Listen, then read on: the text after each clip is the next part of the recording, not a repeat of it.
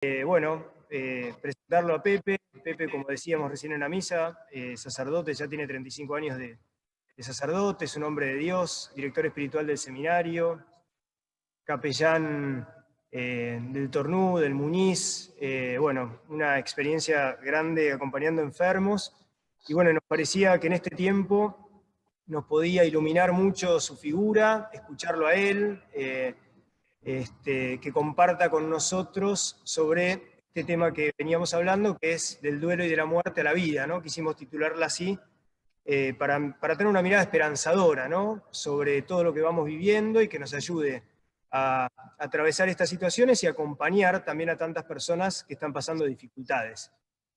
Así que le agradecemos mucho a Pepe porque sabemos que no tiene una agenda apretada, que siempre está disponible para los demás. Y es un privilegio para nosotros desde Jesús Sacramentado poder escucharlo. Así que gracias Pepe. Antes la idea es que el Padre Pepe pueda exponer, digamos, una charla y que después tengamos tiempo para preguntas, que los invitamos a que nos las formulen a los moderadores, que nosotros podamos tomar algunas de ellas y que él pueda contestar, porque obviamente no vamos a tener tiempo para contestarlas a todas. Durante la charla, si pueden mandarlas, así apenas termina Pepe, ya podemos preparar las preguntas y proponérselas a él. Así que eso es todo y escuchémoslo a Pepe, que creo que nos puede iluminar mucho. Bueno, gracias Cacho. Nos vamos a poner en la presencia de Dios un momentito, porque es bueno, me parece, empezar siempre cualquier cosa pidiéndole al Espíritu Santo que descienda sobre nosotros en este tema tan fuerte como es el tema del mal, el dolor, el sufrimiento, la muerte. Vamos a pedirle entonces al Espíritu Santo que descienda sobre nosotros, a la Virgen María, que ella supo de dolor, que estuvo al pie de la cruz de su Hijo, como tantas mujeres que están al pie de la cama de sus enfermos. Vamos a pedirle a ella que interceda por nosotros y nos haga comprender, no intelectualmente, porque el misterio no se comprende intelectualmente, sino desde el corazón, este tema. Dios te salve María, llena eres de gracia, el Señor es contigo, bendita tú eres entre todas las mujeres, y bendito es el fruto de tu vientre Jesús. Santa María, Madre de Dios, ruega por nosotros pecadores, ahora y en la hora de nuestra muerte. Amén. En este día, María, Reina, ruega por nosotros. En el nombre del Padre, del Hijo y del Espíritu Santo. Bueno, para empezar este tema, lo primero que quiero decirles, pues supongo que me estarán escuchando gente que ha perdido seres queridos, que está atravesando duelos, que a lo mejor está pasando algún momento de sufrimiento fuerte en su vida, o de dolor por algún familiar, en este momento tan terrible de la pandemia, que este virus impide algo fundamental, un derecho, una necesidad humana, que es estar cerca y despedir, tomar la mano de nuestros seres queridos en la última etapa de la vida. Yo quisiera decirles esto, que como decía un cura que yo aprendí todo de él, capellán del Durán durante más de 30 años, el padre Martín Puerto, él decía: cuando estés delante de una persona que sufre mucho, en la cama de un hospital, no hagas como los curas, que cuando no saben qué decir, hablan. Ante una persona que sufre mucho, tenés que descalzarte como Moisés, cuando en medio del desierto vio una zarza que ardía sin consumirse y se acercó. Ya era un hombre grande, tenía más de 80 años, se asombró, se admiró de este fenómeno Un montón de zarzas ardían en el desierto, pero esta ardía y no se consumía. Se acerca y Dios desde la zarza que le dice, descalzate, porque el lugar que pisás es tierra sagrada. El hombre que sufre es tierra sagrada, por eso hay que descalzarse. Hay que descalzarse ante el dolor, ante el sufrimiento. Y entonces es tan importante aprender a no llenar de palabras esto, porque el dolor es un misterio y las cosas verdaderamente importantes de la vida son misterios. La vida misma lo es. El misterio es algo que no podemos resolver. El problema es algo que tenemos, pero que podemos resolver. El misterio no. El misterio es algo que vamos madurando, tomando conciencia que las cosas importantes son misterios. El amor es un misterio, la vida misma es un misterio. Hay una frase que me gusta mucho del Papa Juan Pablo II. Él hizo en el año 1984 una carta sobre el misterio del sufrimiento, Salvifici Doloris, y dice al principio de la carta esto, ¿no? El dolor es un misterio. Somos conscientes de la insuficiencia e inadecuación de nuestras explicaciones. Es un acto de humildad del Papa. Somos conscientes de la insuficiencia e inadecuación.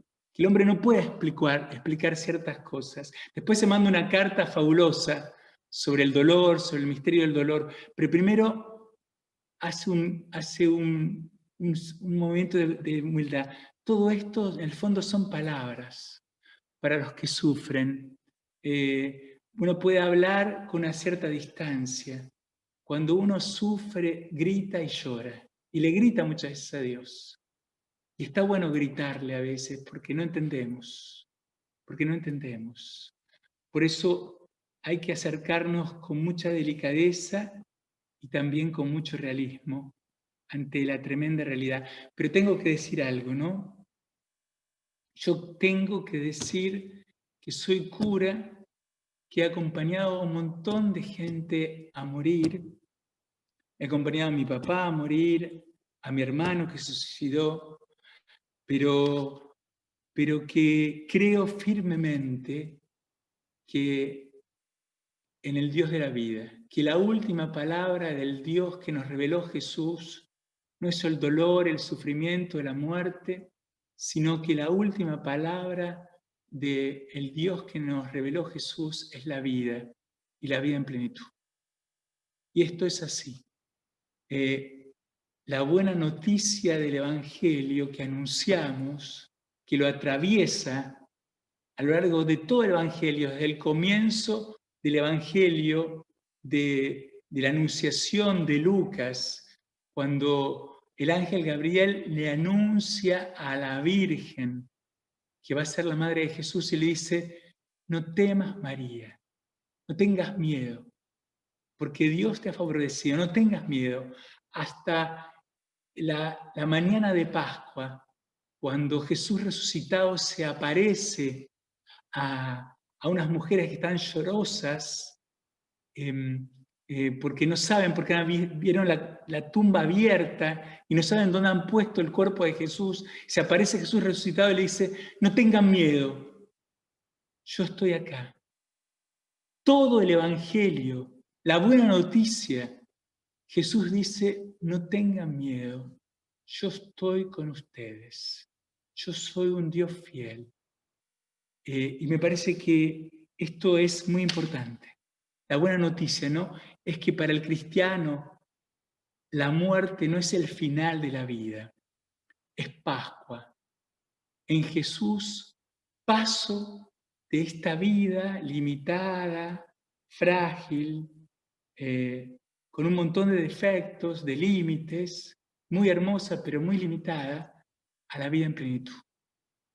Que de verdad, para nosotros, de verdad creemos en que Jesús resucitó y venció a la muerte.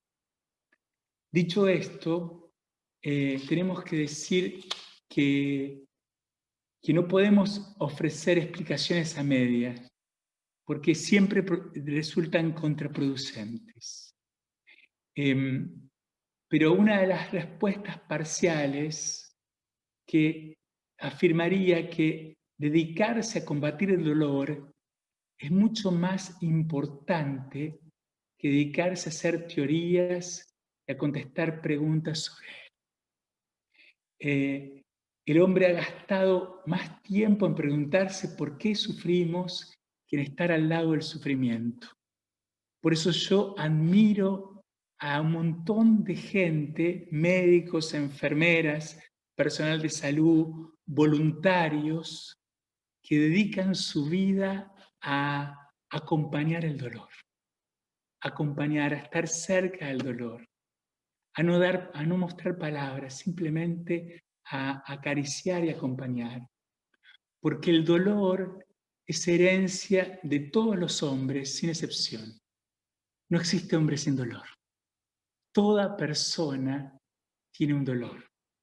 Y una cosa negra del dolor es que tiende a convertirnos como encerrados, como si yo fuera la única víctima del dolor, que nadie puede sufrir como yo. Es cierto que el dolor es intransferible, pero nos creemos muchas veces que somos la víctima número uno. Y deberíamos empezar a ver el dolor como algo que toda persona tiene. Cada persona tiene su cruz y uno crece en la medida que acepta llevarla. Hay algo muy difundido en personas así medias piadosas que ven la enfermedad y el dolor como algo objetivamente bueno. Se habla con demasiada frecuencia, con una cierta retórica, sobre la supuesta bondad del dolor. Y quien sufre de verdad no puede nunca aceptar esto. Al hacer esta afirmación se confunden tres cosas. Lo que es el dolor en sí es importante. Lo que es el dolor en sí, lo que se puede sacar del dolor como madurez humana y aquello en lo que el dolor puede convertirse con la gracia de Dios. El mal, lo primero, el mal, el dolor, el sufrimiento, siempre es un mal. Siempre es un mal. Seríamos masoquistas si aceptáramos esto. Lo segundo y lo tercero, que el dolor puede hacernos crecer el alma, como dice Léon Bloch, un poeta francés, el corazón tiene lugares que no existen hasta que entra el dolor en el corazón del hombre para que existan. Y lo que pueda convertirse por la gracia de Dios. Cristo mismo lo dejó bien claro en su vida. No fue al dolor como hacia algo bueno. Al contrario, a lo largo de toda su vida se dedicó a combatir el sufrimiento. Estando cerca del solo, del triste, del enfermo, curando, consolando, perdonando. Estando cerca del pobre, del roto, hasta morir fagocitado por el mal del mundo. Lo asumió en sí, pero en su pasión, y a mí me gusta, yo no puedo creer en un Dios que no sea Jesús.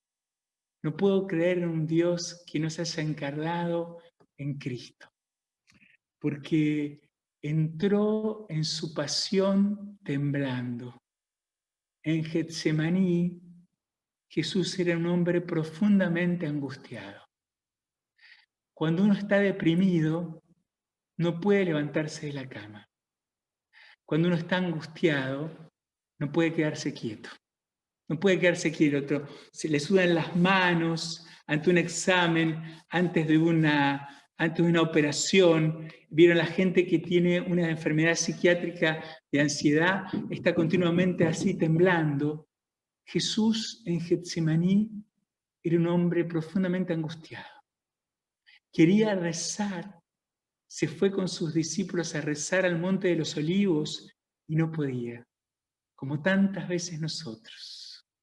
Cuando tenemos una angustia profunda que le queremos decir algo a Dios y no podemos. Y se levanta varias veces en la noche, despierta a sus discípulos que están dormidos y le dicen, por favor, necesito que me acompañe. Era un hombre necesitado de compañía. Y le dice a Dios, Padre, no quiero sufrir, aparta de mí este cáliz. Dicen los evangelios que suda sangre. Y vieron como todo hombre, en ese momento, a lo largo de toda su vida pública, Jesús había tenido una experiencia de profunda intimidad con su Padre. Continuamente tenía un diálogo amoroso, era obediente, el que escuchaba a Dios en la intimidad de su corazón. En ese momento, después de la última cena, el cielo se le cierra, como muchas veces a nosotros. Que el cierre parece como que parece que Dios hace silencio. Y ese silencio ante Jesús. Pero sin embargo, Él entra temblando, pero asume el dolor y lo convierte en materia de redención. A mí me gusta pensar que Jesús muere como un creyente, porque la última palabra de Jesús en la cruz, antes, la penúltima palabra es ese grito desgarrador que taladra los siglos. Dios mío, ¿por qué me has abandonado? Uniéndose a un montón de gente desesperada que muchas veces le grita a Dios. Pero la última palabra es una palabra de abandono confiado. Padre, en tus manos encomiendo mi espíritu. No te veo, no te siento, pero creo que no voy a caer en el vacío, que dos manos de Padre me van a barajar, que no me voy a quedar solo. Es una muerte en confianza. Me abandono en tus brazos. A mí me gusta pensar, creo en este Dios. La respuesta de Jesús ante el dolor no es una respuesta explicativa. ¿Vieron? No va a explicar. Jesús no vino a traer un pizarrón y dio una clase de filosofía sobre el porqué del sufrimiento. La respuesta de Jesús ante el dolor es una respuesta solidaria. Lo cargó sobre sí. No se descomprometió. El Dios de Jesús es un Dios que se compromete con el hombre. Y me gusta que la respuesta teológica de Jesús ante el dolor y la muerte fue cuando se encontró con la muerte de su amigo Lázaro, Juan 11. Dicen que Jesús tenía amigos con los que descansaba en una pequeña ciudad cerca de Jerusalén, Betania se llamaba, y las hermanas eran tres amigos, Lázaro, Marta y María. Las hermanas le mandan a decir a Jesús, el que tú amas, tu amigo Lázaro, está enfermo, por favor ven. Jesús, como tantas veces parece que hace Dios, se demora 4 días. Cuando llega, Lázaro ha muerto. Las dos hermanas en distintos momentos, primero Marta y después María, se acercan a Jesús y le reprochan. Primero Marta le dice, Señor, si hubieras estado aquí, mi hermano no habría muerto. Pero yo sé que Dios te concederá todo lo que le pidas. Jesús en ese diálogo increíble, en el capítulo 11 de Juan, le dice, tu hermano resucitará. Sí, sé que resucitará la resurrección del último día. Jesús le dice, no, yo soy la resurrección y la vida. El que cree en mí, aunque haya muerto, vivirá. Y todo el que vive y cree en mí, no morirá jamás. ¿Crees esto? Y Marta le dice, sí, Señor, creo que tú eres el Mesías, el que debía venir a este mundo. Después se acerca más hacia el poblado y sale María. Y María le dice lo mismo, Señor, se postra María ante él. Le dice, pero le reprocha, si hubieras estado aquí, ¿por qué te demoraste? Nuestro hermano no habría muerto. Jesús lo único que le responde a María es, ¿dónde lo pusieron? Ven, Señor, y lo verás. Y lo llevan hacia la tumba. Y dice el texto, viendo la conmoción de María y de los judíos que la acompañaban, en el versículo más pequeño de toda la Biblia, Juan 11:35, dice, y Jesús lloró. A mí me gusta pensar que la mayor respuesta teológica de Dios ante la muerte es el llanto de Jesús. Yo creo en ese Dios. No puedo creer en un Dios allá arriba, desentendido del hombre, como el primer motor inmóvil de los filósofos. Creo en un Dios que se compromete con nosotros, que camina con nosotros, que ama y que sabe de sufrimiento y de dolor. No puedo creer en otro Dios que no sea Cristo. Un Dios encarnado que sufre con nosotros y que se conmueve ante el dolor. Un montón de veces se dice, 2 veces nada más se dice en el Evangelio que Jesús llora, pero un montón de veces dice que Jesús se conmueve. Por ejemplo, ante un leproso, Marcos 1, 40-45, Jesús está a solas rezando de madrugada. Me encanta ver ese Jesús que le reza al Padre, que habla con él, que le cuenta y drena su corazón. Porque cuando uno está muy dolido, necesita de drenar su corazón con alguien. Por eso es tan importante que para acompañar a alguien que sufra, uno tiene que hacer silencio. A veces queremos llenar los vacíos con palabras, pero lo importante es a lo mejor acercarse a hacer silencio, tomar una mano y esperar que la persona saque afuera su corazón doliente, drenar el alma. Hay tan poca gente que sabe escuchar el dolor,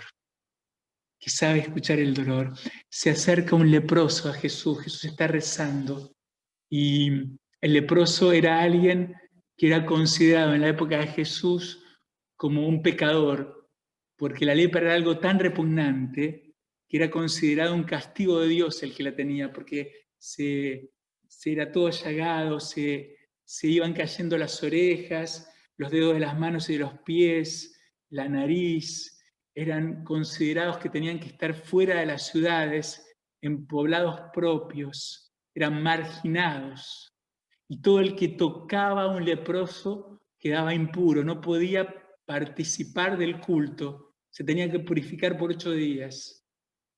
Llega un leproso que tenía un cencerro como en las barcas para indicar a los sanos que se acercaba a alguien impuro, se le tira, se le postra a Jesús y le dice, si quieres, puedes limpiarme. El Evangelio dice, Jesús se conmovió y le dijo, quiero, queda limpio. A mí me gusta ponerme delante de la conmoción de Jesús y presentarle mis llagas, mis lepras, a veces aquellas llagas del corazón que uno no se anima a decirle a nadie y que muchas veces mojamos la almohada con nuestras lágrimas en la noche, porque a veces no nos animamos a expresar a nadie nuestras llagas, nuestro dolor. Jesús se conmueve. Me gusta creer que Jesús se conmueve por nuestro dolor.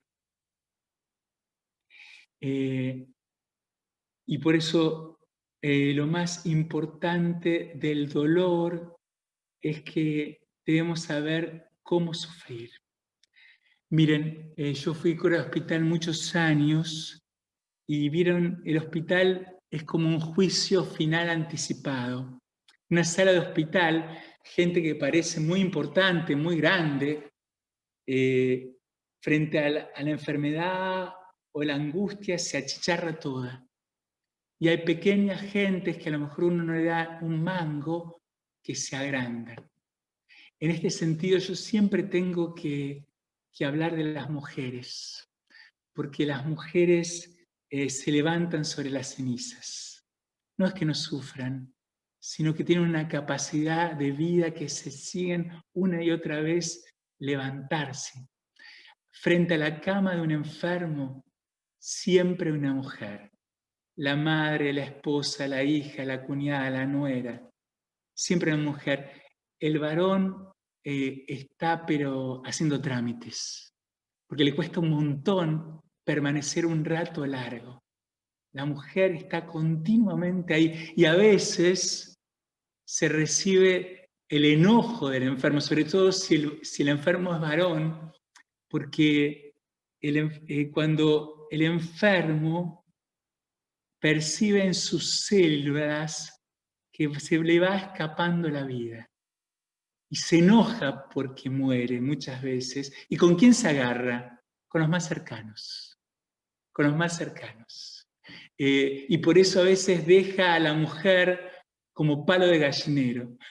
Yo me acuerdo que el último tiempo de mi papá ya le habían desahuciado, ya había hecho metástasis en el cerebelo, tenía pocos momentos de conciencia y se enojaba un montón conmigo. Yo era cura de hospital, y él no podía entender cómo yo, que era cura, no podía hacer nada por él, entonces estaba re enojado conmigo. Yo lo había acompañado desde el momento que se había declarado el cáncer hasta ese momento, 4 años después, y él estaba re enojado conmigo y me maltrataba. Entonces yo un día, una semana antes de morir, le pedí a un cura amigo, a Juan, que si podía ir a ver si se podía confesar y darle la unción. Él lo quería un montón, estaba bastante dormido papá durante mucho tiempo, pero en ese momento llega mi amigo, cura, y se despierta y le hace una sonrisa, y dice, ¡Juan! Y yo no quería matar a mi viejo, porque yo estaba todo el tiempo con él. Y él le da una sonrisa a él, porque por siempre, siempre el enfermo se agarra con los que más quiere. Eso lo aprendí de un relator deportivo. Los que tenemos más de 60 años van a acordarse de Fioravanti.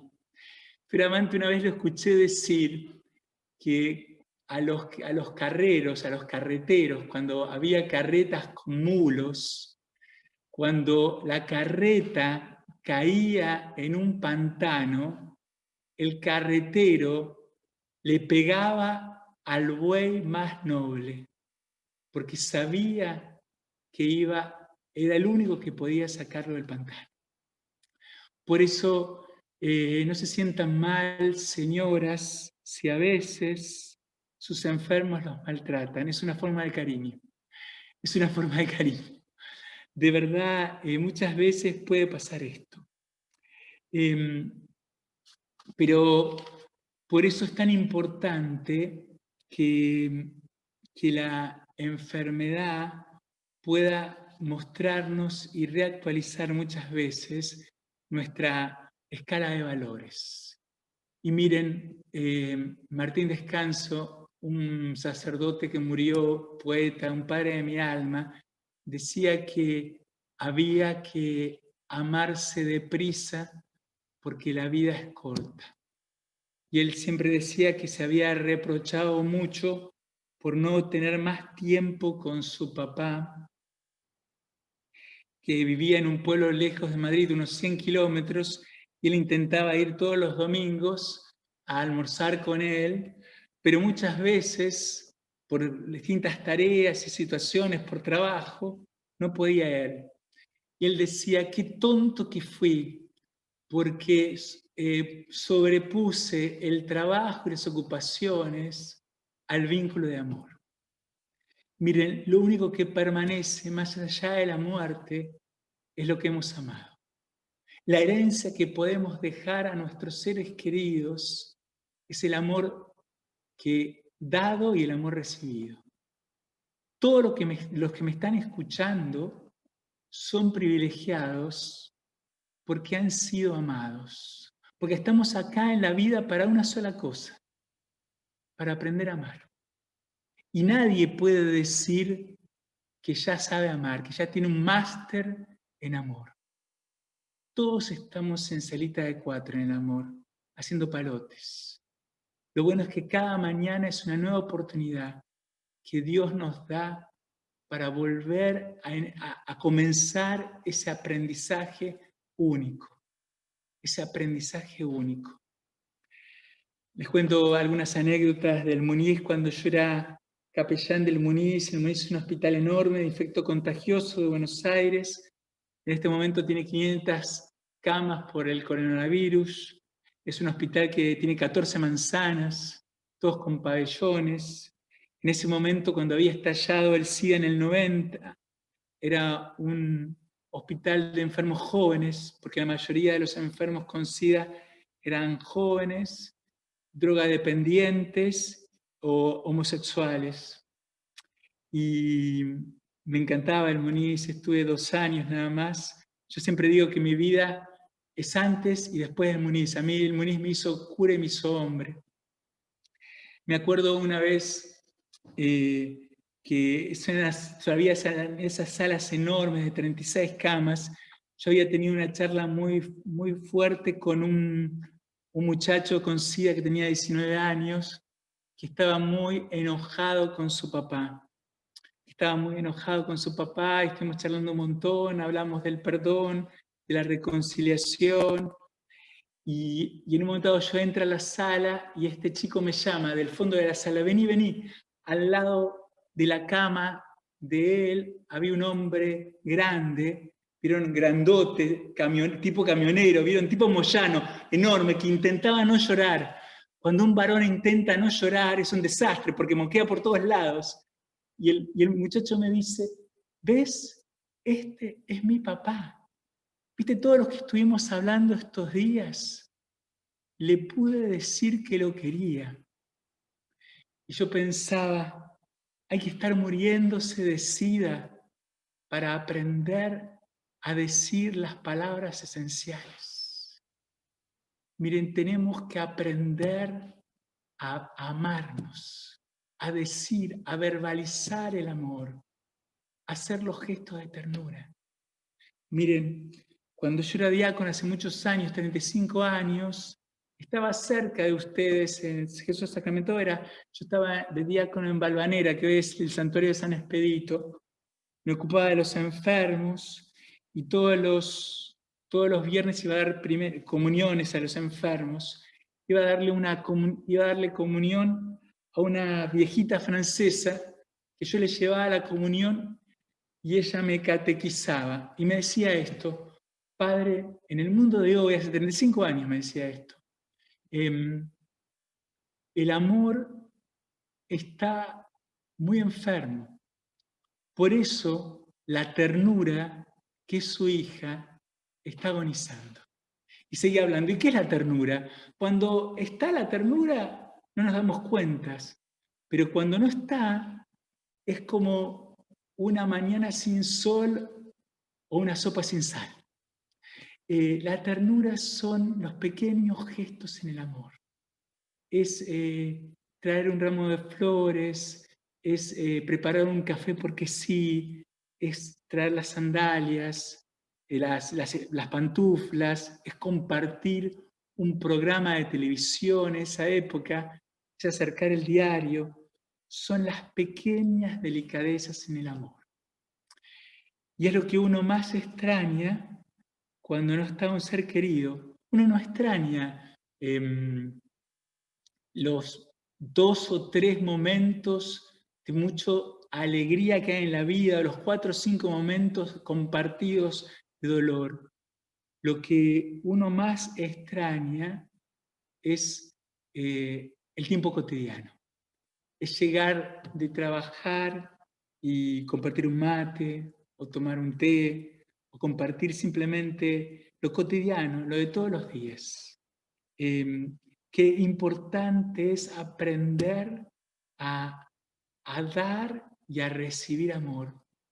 Nos cuesta mucho aceptar, recibir el amor, aprender a recibir el amor, a dejarnos amar, a no ser tontos, porque la vida es corta. Tenemos que amar profundamente. Pero tengo que decirles algo porque tengo que decirlo de verdad. Yo creo a los que han perdido seres queridos. Creo en el reencuentro. Creo que nos vamos a volver a encontrar. Porque la vida biológica es una parte de la vida. Pero el ser humano es mucho más que su biología. Es mucho más que el cuerpo físico. Por eso sufrimos tanto y es un desgarrón la muerte, porque el hombre no está hecho para la muerte, está hecho para la vida. Nosotros tenemos un mundo interior increíble que tenemos que desarrollar y creamos que nos vamos a volver a encontrar con nuestros seres queridos difuntos. Hay una íntima comunión entre los que ya se encontraron con Dios en el cielo y nosotros que vamos caminando, somos caminantes hacia una meta que, lo sepamos o no, es la misma para todos. Esa meta para los cristianos es el corazón de Dios. Porque Jesús vino a revelarnos no un Dios que viene a castigar, sino un Padre que nos está esperando a cada uno con los brazos abiertos. Jesús nos dijo que Dios nos creó para su corazón, que cada uno de nosotros está pensado desde toda la eternidad para encastrar perfectamente en una partecita del corazón eterno de ese Dios que es el Padre de Jesús. Por eso, cada uno de nosotros necesita ser abrazado. Por eso es tan terrible esta pandemia, porque estamos hechos para el abrazo. Estamos hechos para el abrazo que es el abrazo definitivo. El cielo para Jesús es el abrazo de un Dios que es Padre. Dios no es un juez que está con el marcador rojo viendo a ver si aprobamos o no. Si nos portamos bien, vamos para arriba. Si nos portamos mal, vamos para abajo. Eso es falso. Eso nos enseñaron mal el catecismo. Jesús nos dice que Dios quiere que todos los hombres se salven. Que todos los hombres se salven. Y por eso continuamente está esperándonos. Porque lo que quiere es que nosotros amemos. Estamos acá en la vida para aprender a amar. Para aprender a amar. Crean que la última palabra del Dios de Jesús no es el dolor, la enfermedad o la muerte, sino la vida y la vida en plenitud. Crean que hay una íntima relación entre el cielo y la tierra. Hay vasos comunicantes. Y la comunicación es el amor. Y podemos seguir creciendo en el amor siempre, siempre. Y que cada mañana es una nueva oportunidad que Dios nos da. Dos cosas más y termino esta primera parte.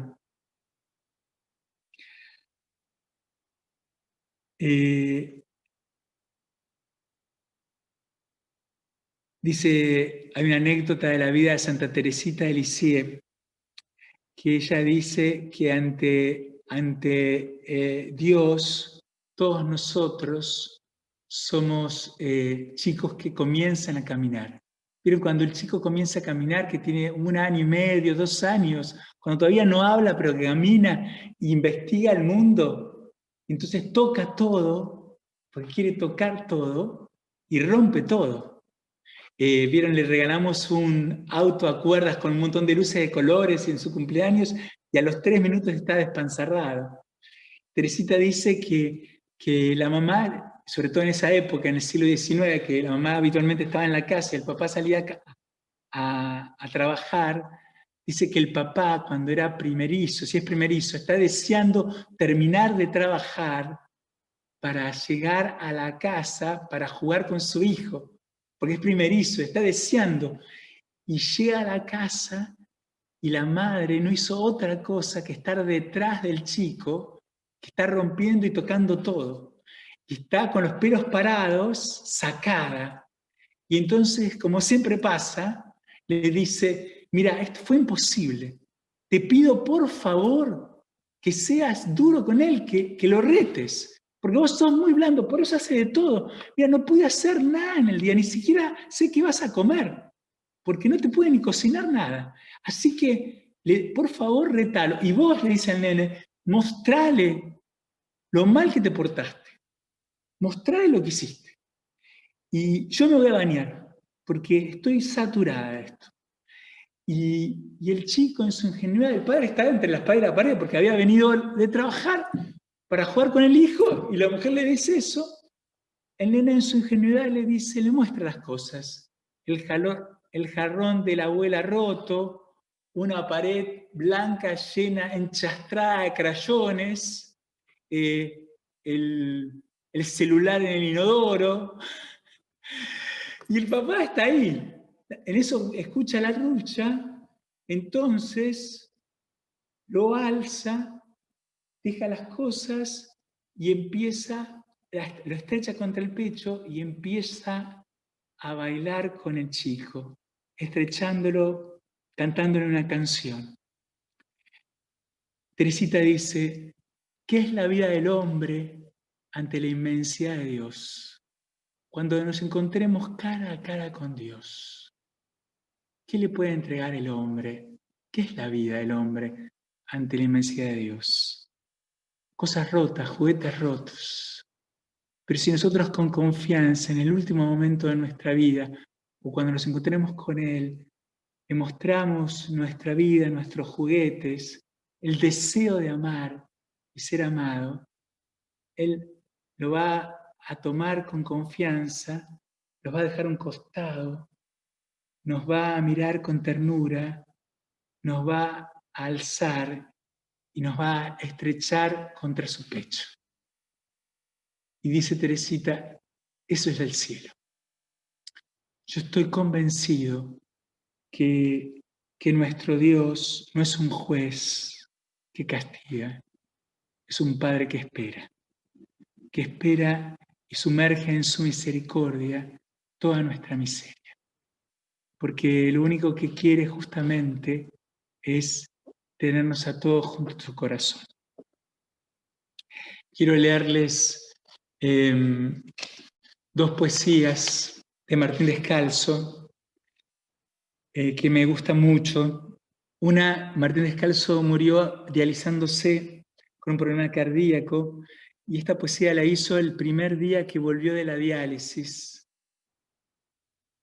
El ángel del dolor visitó mi casa, riéndose. Cortó una de mis alas de trabajo y de prisa, pero dejó intactas las de la ilusión y el coraje. Me dijo, ahora empieza la segunda parte de tu vida, gemela de la otra, aunque algo tartamuda. Vive, no gastes tus horas en hacerte preguntas. Reordena tu escala de valores. Pone en primera fila la amistad, tras de la fe se entiende.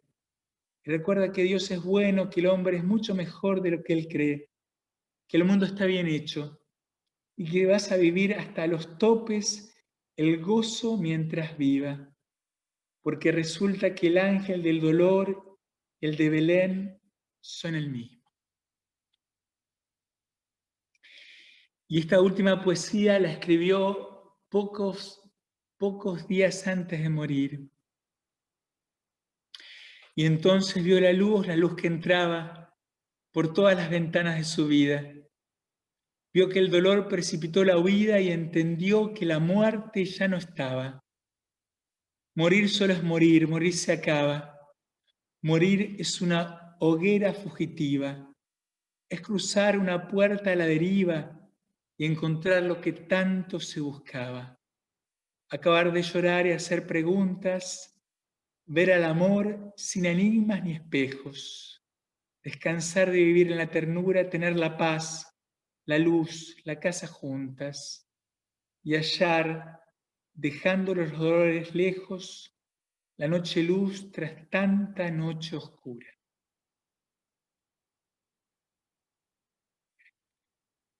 Sepan que el amor es más fuerte que la muerte.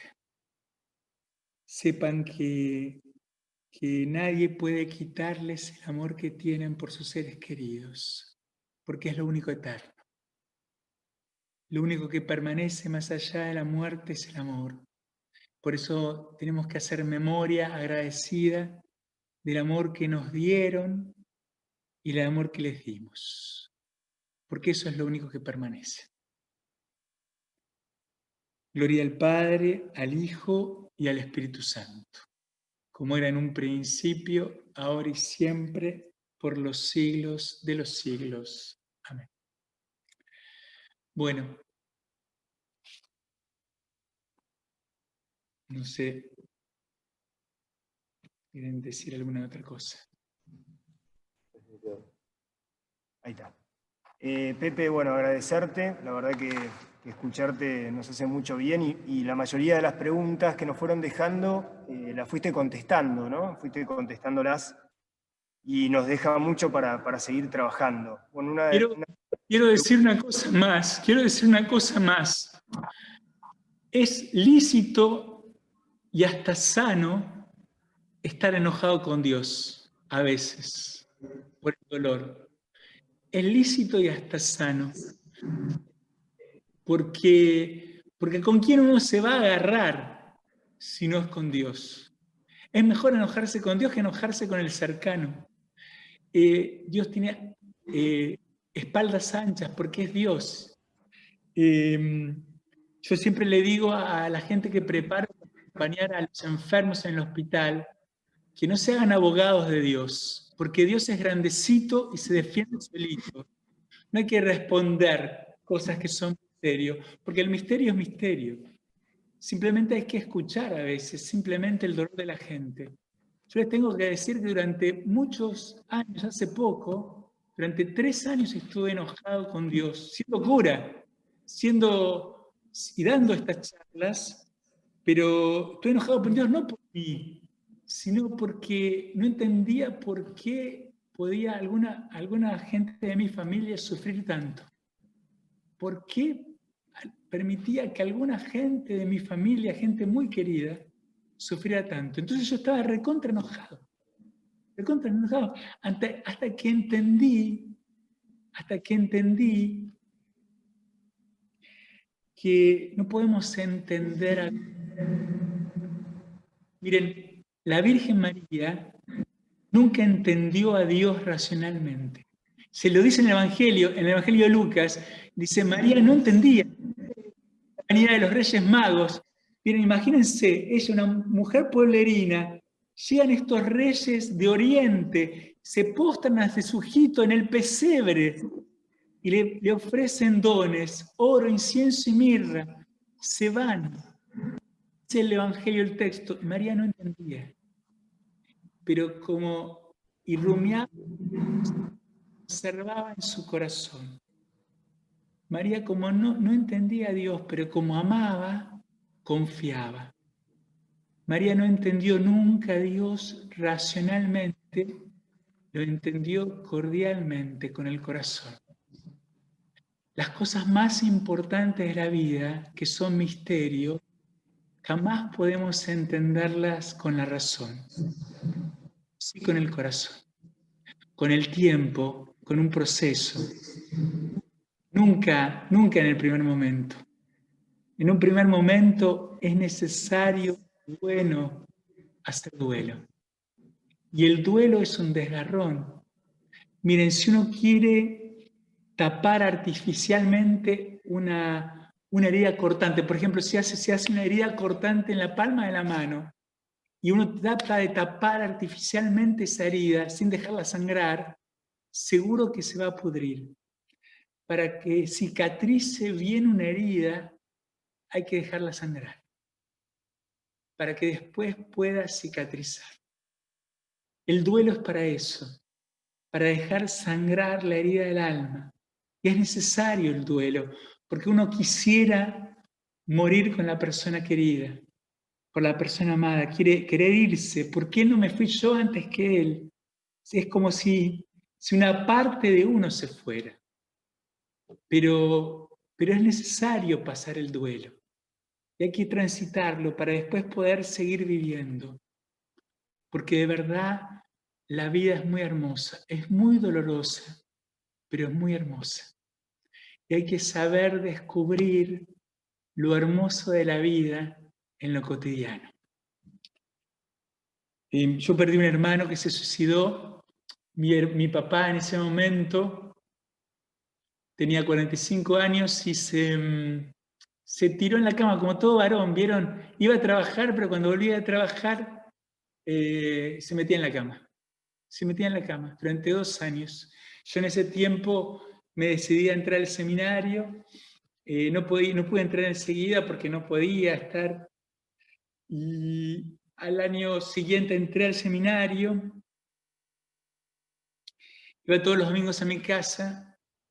Y bueno, papá quería hacer esfuerzos, pero la verdad es que le costaba mucho. En un momento determinado yo, un domingo a la mañana, entro, pongo la llave en la cerradura de mi casa y escucho a mi viejo cantar un tango. Y yo dije, ya está. Después de 2 años, porque cuando uno canta, quiere decir que tiene el corazón en paz. No llagado, pero un corazón en paz. Y después de 2 años, mi viejo volvió a cantar. Y eso me pareció importante.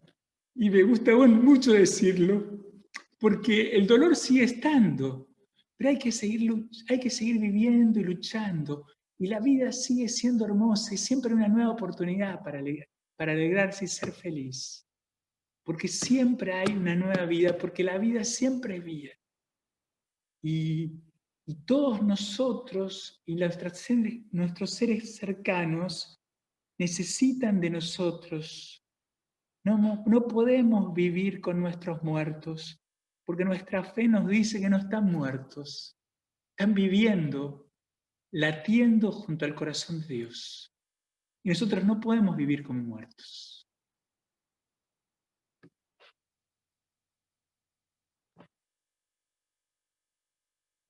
Ahí estamos, Pepe. Pepe, mirá, yo lo que haríamos, te decía, ¿no? Que eran muchas las preguntas, muchas las fuiste contestando, así que te tomamos algunas que te las digo en fila y como para que vos encares y respondas lo que vos te parezca. ¿Cómo aconsejás que acompañemos a los enfermos que están enojados?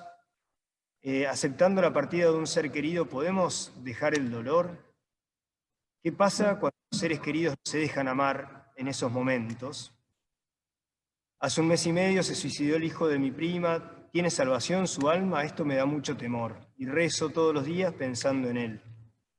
Voy a empezar por esto último. Que me parece muy importante.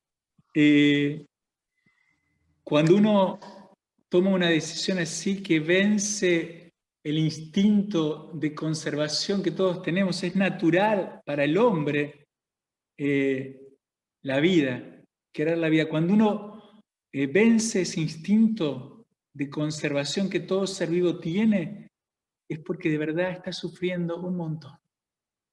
De verdad está sufriendo un montón. Hay una angustia profunda y entonces es un infierno su alma. Y claramente él no quiere estar contra Dios. No quiere estar contra Dios. No hace eso porque quiere estar contra Dios y quiere sentirse Dios y hacer lo que quiere con su vida. Es que no aguanta más. Es un infierno. Entró en una desesperación muy honda. Y entonces el Señor lo abaraja en su misericordia. Tiene una profunda ternura. Yo estoy convencido que mi hermano no llegó al piso y ya el Señor Jesús lo barajó. Porque la misericordia de Dios es más fuerte que nuestra miseria. Y muchas veces la gente lo único que quiere es paz. no se revela contra el dolor, no se revela contra Dios. No hay pecado en el suicidio. Hay un deseo de paz porque se vive con un infierno que a veces nadie puede entenderlo, solamente hay que nadie puede meterse en el alma del otro. Eso me parece muy importante, así que quédense tranquilas, no hay pecado. Ellos están gozando de la presencia de Dios, al contrario, porque el Dios de Jesús es un Dios profundamente compasivo, que tiene compasión sobre todo para aquellos que piensan que no son dignos de misericordia. Hay gente que vive tan mal que piensa que no es digno de la misericordia de Dios. Sobre ellos justamente está la misericordia más cerca. Con respecto a si una persona está muy enojada, hay que dejarla enojada porque la persona está sufriendo mucho. No hay que tratar de calmarla, hay que estar al lado de ella. Mire, muchas veces los chispazos entre los enfermos que están en el último momento de la vida y los familiares es que transitan distintas etapas, porque en la última etapa, eso no lo dije, en la última etapa de la vida hay mucha vida.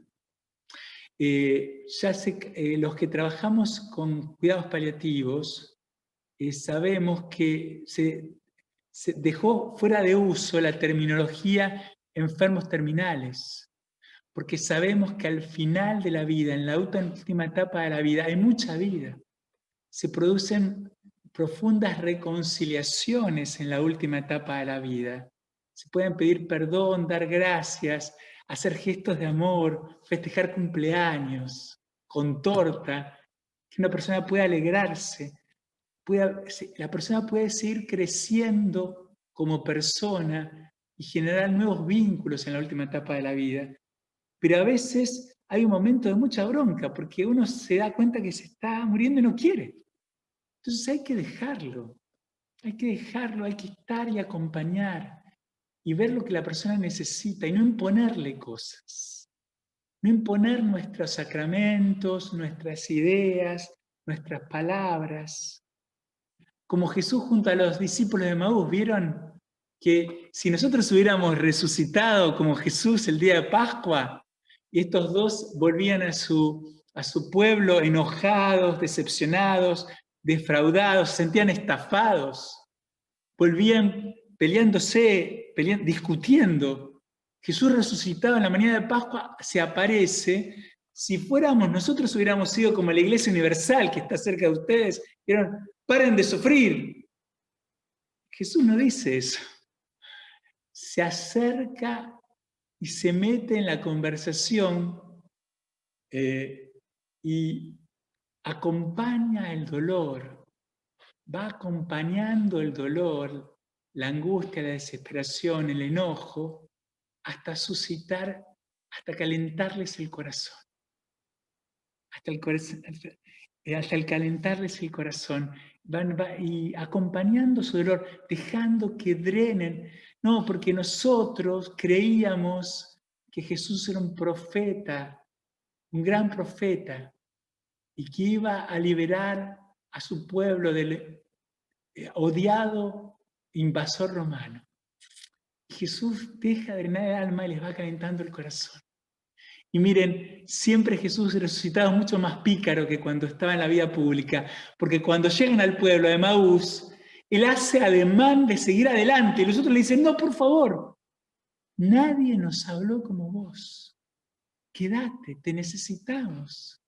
Quédate porque anochece y se acaba el día. Quédate porque en nuestra vida hay noche. Y él se queda, se sienta a la mesa, es el gesto que ellos conocían como discípulos, ¿no? Toma el pan, lo bendice, lo parte y se los da. Y ahí se le abren los ojos, ¿no? Pero no violenta. Jesús nunca violenta, siempre sugiere, nunca impone, siempre propone. Entonces hay que dejar que la persona esté enojada. No sé las otras preguntas, no me acuerdo. Pero sí, te agrego alguna. ¿Qué pasa cuando los seres queridos no se dejan amar en estos momentos? Y alguna otra pregunta que decía, aceptando la partida de un ser querido, ¿podemos dejar el dolor? Vieron, hay etapas, en la última etapa de la vida está estudiado por una doctora psiquiatra, Elizabeth Kubler-Ross, que habla de las 5 etapas al final de la vida.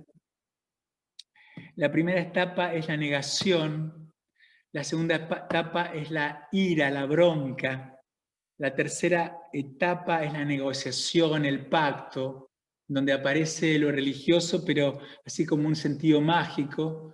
Bueno, yo te prometo voy a dejar de fumar, o voy caminando a Luján. La cuarta etapa es el momento de depresión, en donde el enfermo se mete para adentro, como un momento de retiro, porque ya se da cuenta que nada, la ciencia, nadie lo puede ayudar y se mete para adentro.